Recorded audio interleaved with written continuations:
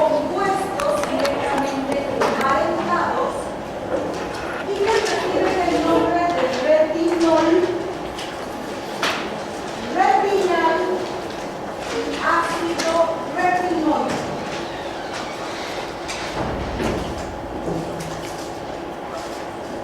En 1919, un estudioso, Steinbuch, relaciona alteraciones que se observaban a nivel de las conjuntivas con ciertas sustancias que estaban contenidas en los vegetales principalmente de hoja verde oscuro o vegetales amarillos, y que Steinbuch los denominó carotenos.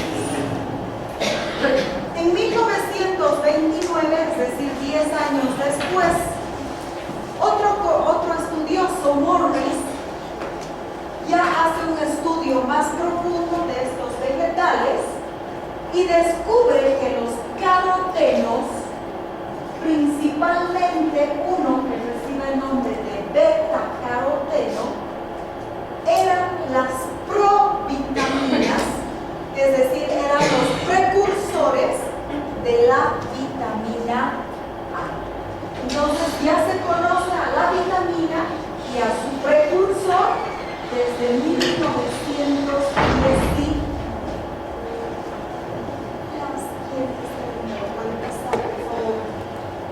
Gracias.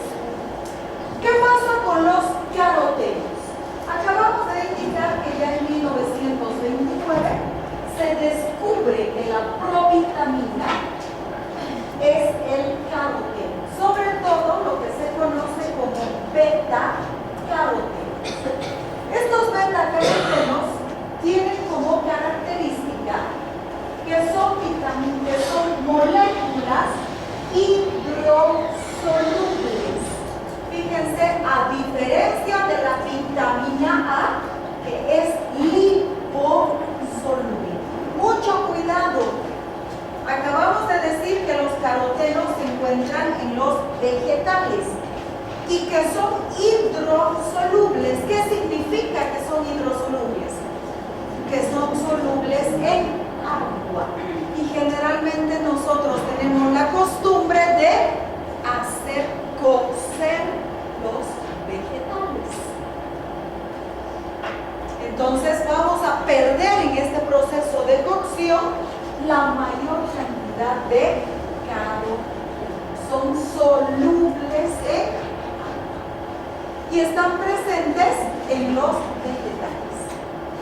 Una vez que este beta-caroteno se ingiere a través de la dieta, este beta-caroteno va a ser transformado en transretinal a nivel del intestino delgado. Entonces se transforma en transretinal. A nivel de la célula intestinal, que es el enterocito, el transretinal se convierte en retinol más ácido retinoico. Y finalmente, este retinol y ácido retinoico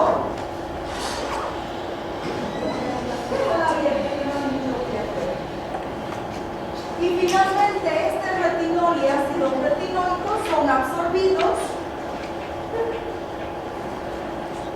Vamos a ver que se absorben vía conducto torácico, son transportados a través de una proteína. No nos olvidemos que son insolubles en agua, ya no son carotenos, ya son retinol más ácido retinoico, vitamina A. Entonces, liposolubles se transportan a través de una proteína vía sanguínea y se almacena en el. Entonces tenemos depósitos, tenemos reservas de vitamina A en el.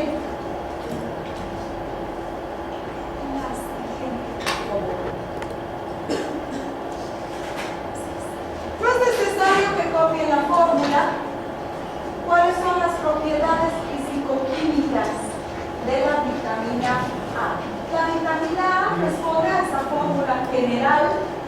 podemos ver que es una estructura cíclica que presenta una cadena lateral. Esta vitamina A presenta 16 isómeros. ¿Quién sabe qué es un isómero?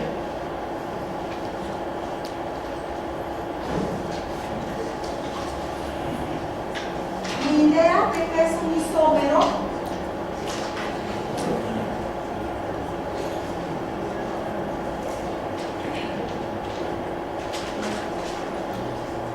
sabe la fórmula de la glucosa. Carbono 6, hidrógeno 12, oxígeno 6. ¿Quién sabe la fórmula de la fructosa? Carbono 6, hidrógeno 12, oxígeno 6. ¿Quién sabe la fórmula de la galactosa? Es la misma, carbono 6, hidrógeno 12, oxígeno 6. Entonces, todos estos compuestos, glucosa, galactosa, manosa, fructosa, son isómeros. Entonces, ¿qué es un isómero? Es un compuesto que tiene, en realidad son varios compuestos que tienen la misma fórmula general, carbono 6, hidrógeno 12, oxígeno 6, pero diferente estructura espacial. Entonces, ¿cómo podría ser un isómero de la vitamina A? ¿Qué radical es este de aquí arribita? Metilo. Ese radical metilo en esta estructura está hacia arriba, pero en el isómero el radical metilo puede estar hacia abajo. Ya es un isómero. Entonces, la vitamina A tiene 16 isómeros. Se conocen en la naturaleza, se ha descubierto 6 y solo 2 tienen importancia fisiológica. ¿Cuáles? El retinol alotrans y el isómero 11 cisretinal, que se conoce también con el nombre de neovitamina A.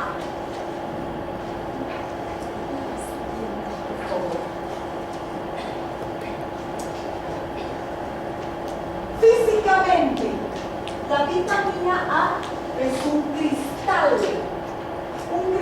que tiene un color amarillo o ligeramente amarillo.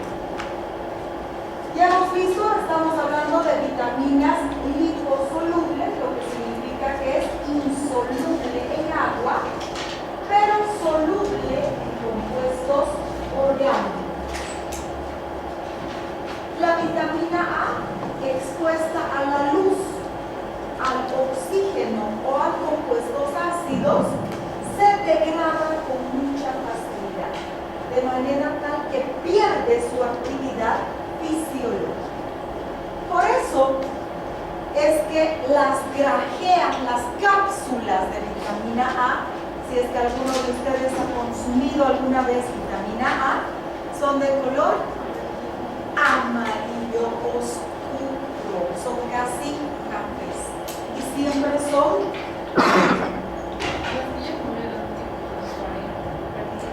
perlitas amarillas con aceite al medio. ¿Sí? Entonces tienen color justamente para que no sean degradadas por la luz. Y son aceites, son cápsulas blandas. ¿Por qué? Porque son insolubles en agua. Entonces siempre son en solución de aceite, no de agua. Peor todavía, polvo o pastillas. Son grajeas blancas.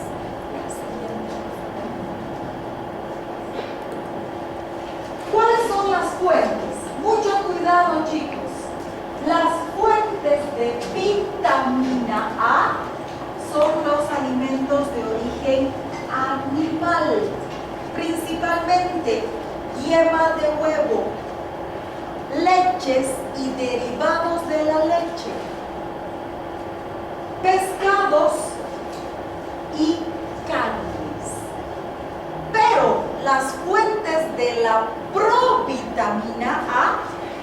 son vegetales. ¿Qué tipo de vegetales? Vegetales de color verde oscuro. Ejemplos de vegetales verde oscuro: espinaca, brócoli, acelga, ¿sí? Vegetales verde oscuro o vegetales amarillos. Zanahoria, zapallo, vegetales amarillos. Entonces, está claro, la vitamina está en alimentos de origen animal y la provitamina en alimentos de origen vegetal.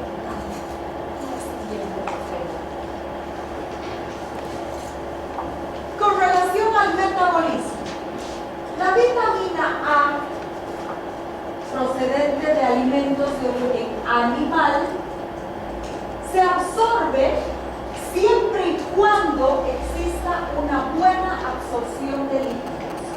Quiere decir, en presencia de ácidos y sales biliares.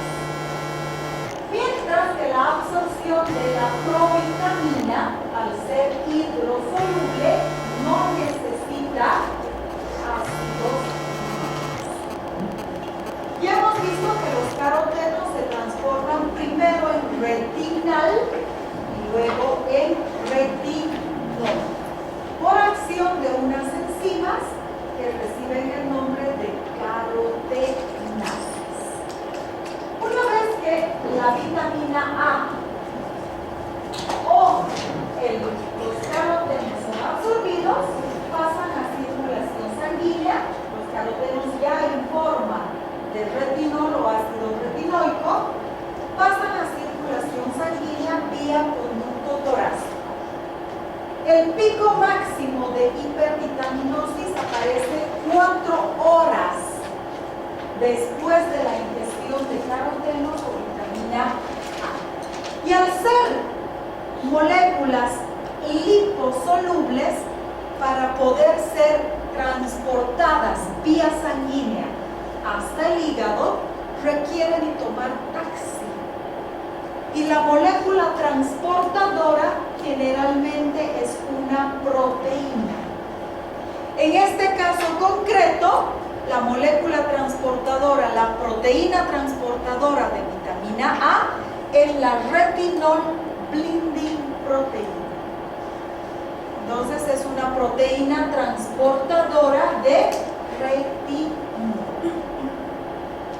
Una vez que son transportadas vía circulación sanguínea, llegan al hígado y son almacenadas a nivel de las células de.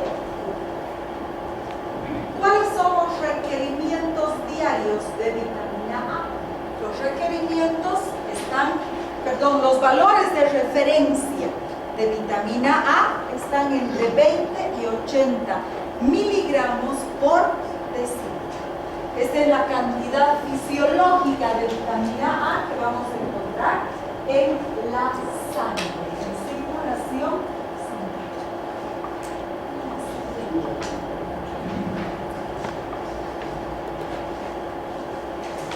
¿Qué función, qué acción fisiológica tiene la vitamina A? La vitamina A rige el crecimiento y la diferenciación de las células del tejido del tejido epitelial. Entonces, rige el crecimiento y la diferenciación de las células epiteliales. Favorece en la formación de colágeno, motivo por el cual muchas cremas de rostro tienen en su composición química vitamina A. ¿Por qué? Porque vamos a ver que el colágeno es utilizado para rellenar las arrugas. Entonces, si es que la vitamina A estimula la formación de tejido colágeno, entonces es lógico que se adicione vitamina A las cremas faciales. Intervienen en la formación de la serie granulocítica. ¿Quién recuerda cuáles son los granulocitos? Neutrófilos, basófilos y eosinofilos. Entonces, la vitamina A estimula, favorece la formación de la serie granulocítica. Interviene en la biosíntesis y la utilización de proteínas. Y por último, es un componente muy importante del ciclo visual. ¿Recuerdan cuando éramos niños qué nos decían nuestros papás? Si no comes zanahoria, te vas a volver ciego. ¿Sí? Y es cierto. La siguiente, por favor.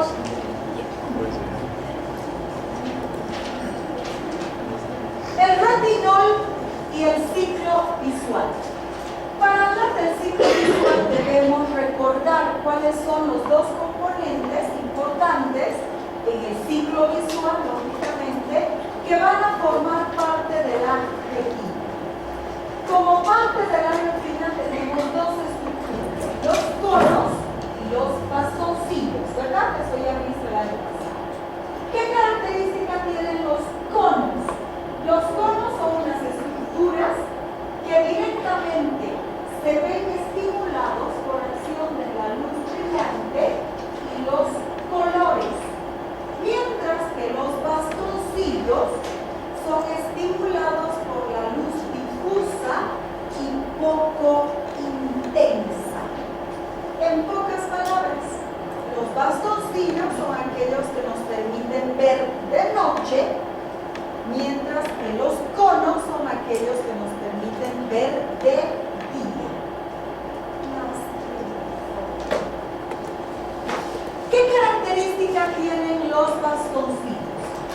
Los bastoncillos contienen muchas vesículas que son paralelas a la superficie receptora de la retina y que actúan como receptores de luz, como receptores lumínicos. ¿A través de qué? A través de una proteína que recibe el nombre de rodopsina. Vamos a ver que esta rodopsina tiene como función el captar esta luz difusa, esta luz poco intensa. La rodopsina, que se conoce también con el nombre de pigmento visual, al ser un pigmento por acción de la luz se decolora, pierde color, se degrada, se rompe y manda una señal al cerebro. Y a través de esa señal nosotros somos capaces de ver en la oscuridad. ¿A través de qué proceso se produce esta transformación de la rodopsina? La reacción es muy sencilla. Tenemos la rodopsina, que también se conoce con el nombre de pigmento visual. Por acción de la luz poco difusa, se decolora. Y al decolorarse, la rodopsina se parte en dos. Se parte en opsina más transretinol. Este transretinol es la molécula encargada de mandar la señal al cerebro y el cerebro la traduce en luz. Este transretinol no se queda así como transretinol. A través de una enzima que es la retinol isomerasa, el transretinol se convierte en 11-cis-retinal. Este 11-cis-retinal se une a la opsina y me regenera rodopsina. Entonces, ese es el ciclo visual en el que interviene el pigmento visual llamado rodopsina. Es muy sencillo.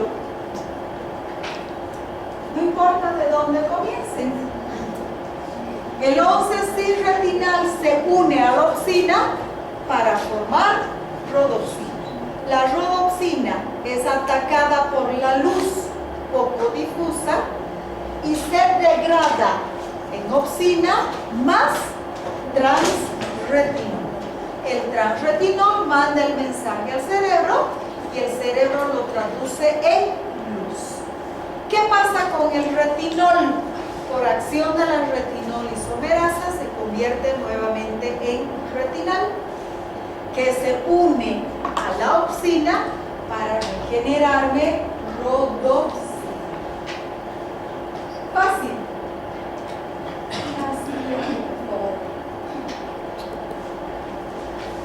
Deficiencia de vitamina A. Fíjense en las imágenes.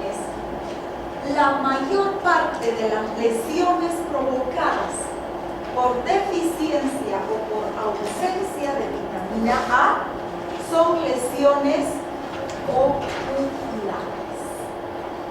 La mayor parte. ¿Por qué la deficiencia de vitamina A me produce lesiones oculares? La deficiencia de vitamina A produce en primera instancia ceguera nocturna. ¿Por qué? Porque no se puede formar rodopsina. No hay retinol ni hay retinal. Hemos visto que el retinol y el retinal son las formas activas de la vitamina A. Entonces, si no existe retinol o retinal, ¿cómo voy a formar rodopsina? Por lo tanto, el primer síntoma es justamente ceguera. Ahora, hemos visto que la vitamina A actúa justamente en la formación y en la diferenciación de las células epiteliales. La deficiencia de vitamina A me va a provocar una epitelización defectuosa, conocida con el nombre de queratomalacia. ¿Cuáles son las características de la queratomalacia? El ablandamiento y la opacidad de la córnea. Como consecuencia de esto, el paciente tiene una ceguera.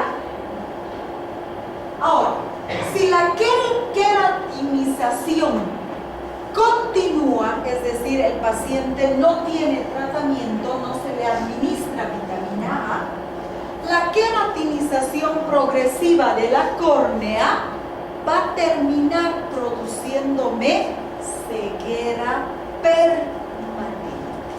Es decir, que el paciente ya no solamente va a tener problemas de ceguera nocturna, ya no va a poder ver ni de día ni de noche, como consecuencia de la queratinización de la córnea. Permanente.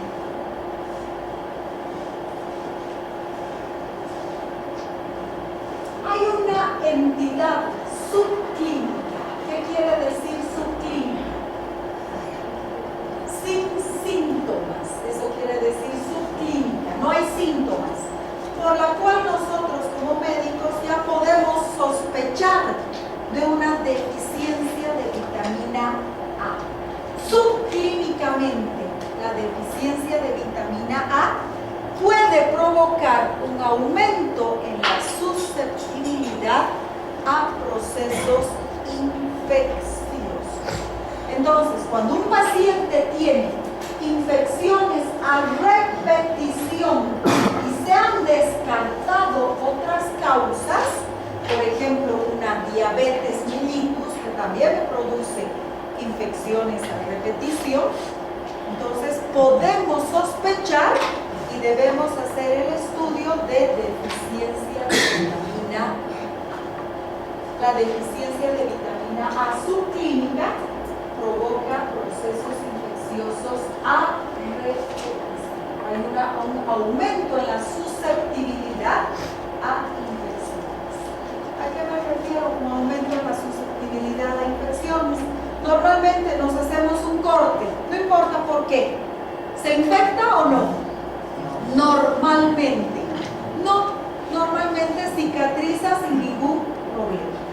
Simplemente nos lavamos un poquitito, ni siquiera desinfectamos. Nos lavamos con agua y jabón y normalmente eso no se infecta.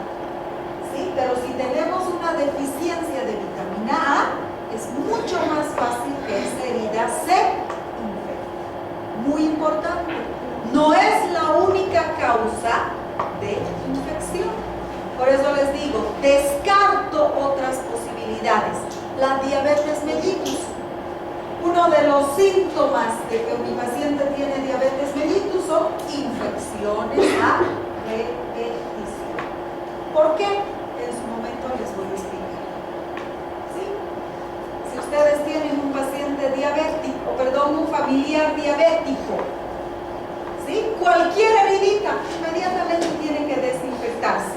No solamente lavarla con agua y jabón, sino tiene que utilizar mínimamente agua oxigenada, ¿sí? Para evitar que se infecte, porque la mayor parte de las heridas en los pacientes diabéticos se